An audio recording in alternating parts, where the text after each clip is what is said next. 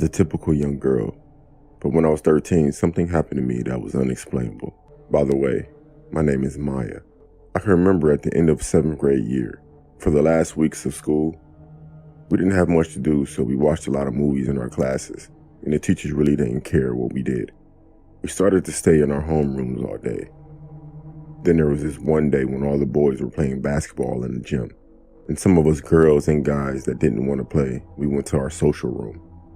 A few of us noticed a trend on Instagram about Ouija boards, so this girl I knew brought one in. There was a big group of us in the social room messing with the board, but nothing ever happened. That was until the big group walked away. Then there were 3 of us.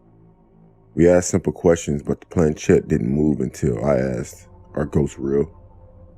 We sat there for a few seconds and it started to move, and it went V-E-R-Y. All of us blamed it on each other, but it still freaked us out. Then we stopped. When I went home that night, it seemed like a regular night until I went to the bathroom before bed. After I was done, I started washing my hands, then I heard, "Maya."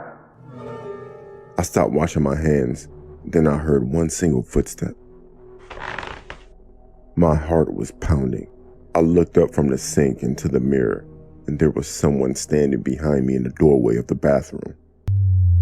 He looked old and very angry. My eyes got big, but I was frozen in fear. I looked back in the sink and shook my head like it wasn't real. I heard, "Maya," again, followed by one single footstep. I looked in the mirror and the man was closer to me. I looked back down into the sink and I kept repeating, "This isn't real." Then the lights went out. I was still frozen in fear, but our wax candle still lit the room just a little bit. I heard, "Maya," again, followed by a footstep. At that point, I had my eyes closed. I opened them, and the man was right behind me.